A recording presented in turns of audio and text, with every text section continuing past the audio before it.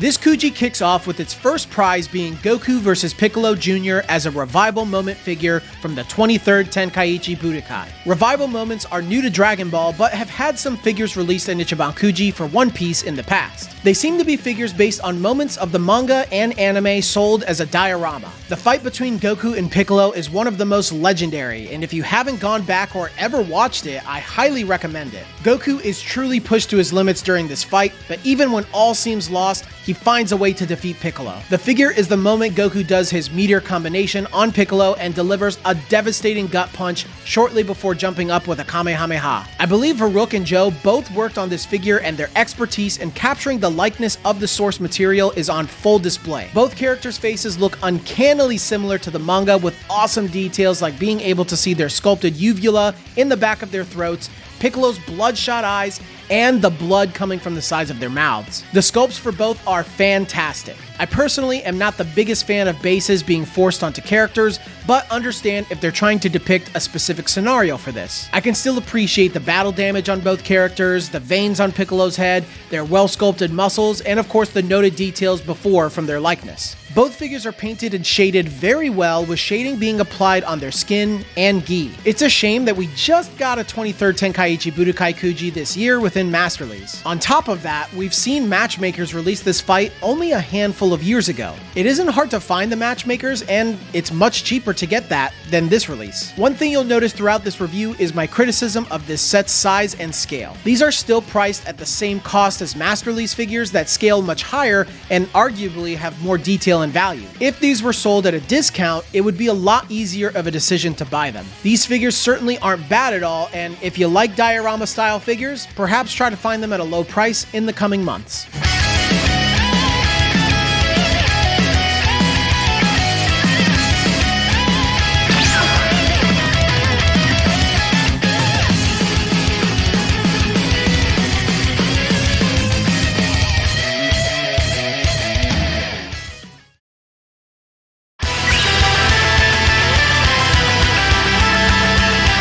Now this figure caught my attention when they first revealed the Kuji a few months ago. Goku vs Vegeta is easily one of the most popular fights in all of Dragon Ball. After Goku fails to compete with Vegeta after a ×2 Kaioken, he decides to amp it up to ×3 and starts knocking the lights out of Vegeta. These figures capture the likeness and action of both characters perfectly. Goku has those rounded eyes that are much more notable from Toriyama in his early Z days. Vegeta's face is hilarious, but like Goku, is very true to the source. Vegeta's face has spawned a few funny memes within the community that I'm personally a big fan of. If you have funny pictures of this Vegeta figure, then please share them with me on my Instagram. These are the only figures in the set that have a clear base instead of a designed or black one. It does feel a bit sturdier and more premium than the ones that you find in, say, Crane figures. I was worried that the stand of this figure wouldn't properly support Goku, as he does have some weight to him. I'm pleased to say that they balance just fine on their base and stand. These figures are almost identical to their Masterly's counterparts from a paint and shading standpoint. I'm a sucker for proper Kaioken shading on a figure, and this one nails it just as well as the Masterly's. Vegeta also has a matte finish for his armor, which always pops so well for Armored Saiyan figures and the like. Of course, the base they're on will attract and show dust pretty easily, and the figures are a bit smaller than the Masterly's versions. If you want to use this to accent a Saiyan shelf, then I'd say it can more than accomplish this for you. It's my favorite in the set, and I'd recommend it for any Dragon Ball enthusiast who isn't too picky about what kind of figures they have in their set.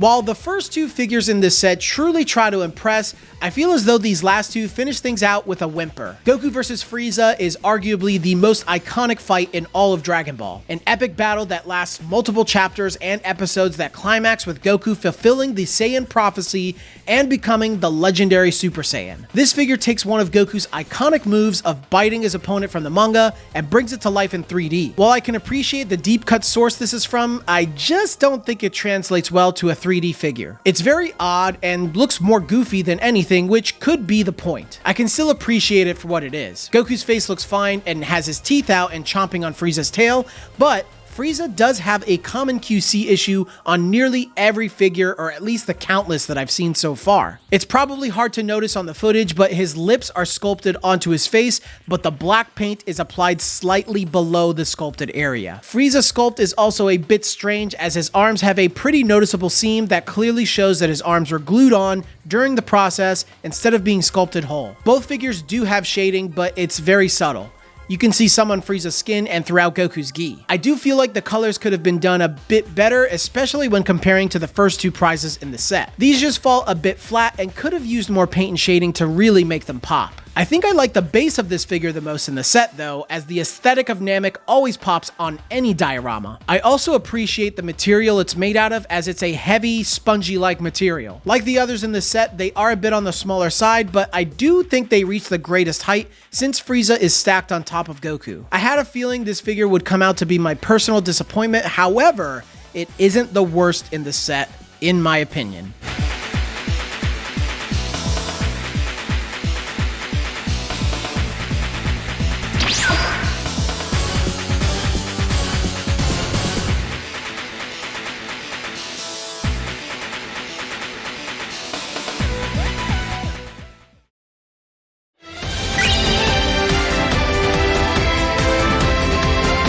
This set's last one prize ends things in a pretty unexciting way. Goku and Bulma certainly deserve more figures within Ichiban Kuji, especially Bulma. Seeing this scene of them reaching the beach for the first time before meeting Roshi is wonderful. It also has one of the funniest and spiciest gags of Bulma flashing Roshi, which is just classic. I have quite a few issues with this figure though. As a last one prize in a set full of Goku's biggest battles, it would have been nice to see another fight like Goku and Buu, Goku and Cell, or even Goku and Piccolo Daimao. This scene, while being nostalgic, just feels like the odd one out in the set. Goku's face is pretty accurate to the manga, but looks very strange in a 3D environment. It's pretty ugly, but I do think that's the point. His hair sculpt looks very cheap and pieced together, which really disappoints me, as the Gokus in this set have no issues with their hair sculpts at all. Bulma looks a bit better in comparison, but her expression doesn't seem quite right to me. She also feels cheap in her weight and details around the figure, something you'll notice if you actually have this in person. The base both figures come on is aesthetically very nice, but is the only hollow one in the set, which again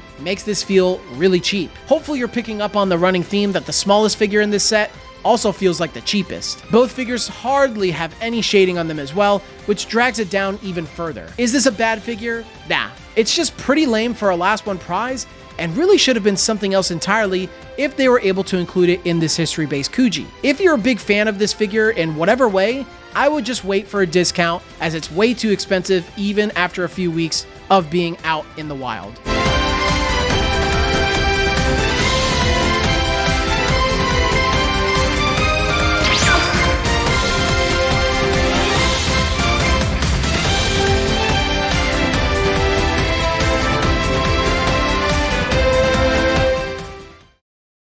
So those are my thoughts on the latest Ichiban Kuji, Dragon History. I don't think this set is terrible at all. In fact, it actually came out a little bit better than I was expecting, especially the first two prizes in this set. The last two prizes in this set pretty much amounted to what I expected in this entire Kuji.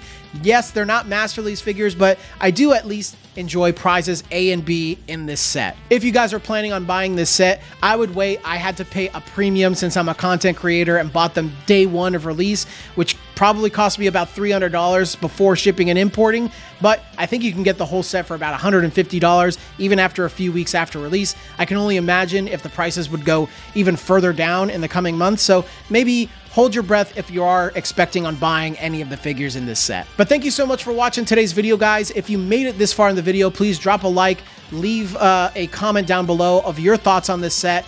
Leave any rebuttals if you disagree with me. I would love to have a discussion on that, as long as we're civil and cool in the community. And of course, subscribe to the channel if you haven't already. If you want to go even further beyond and support the channel even further beyond, then you can become a YouTube member by paying a $3 membership. That'll give you permanent access to our growing community on Discord full of awesome people that you see scrolling here. And if you want to be part of our monthly giveaway, our $10, $15, and $20 members all get added into our monthly giveaway to either win a Crane figure, an Ichiban Kuji figure, or an entire Ichiban Kuji set. But thank you so much for watching. I think that's all I have for you guys today. But until the next video, guys, I will see you all later.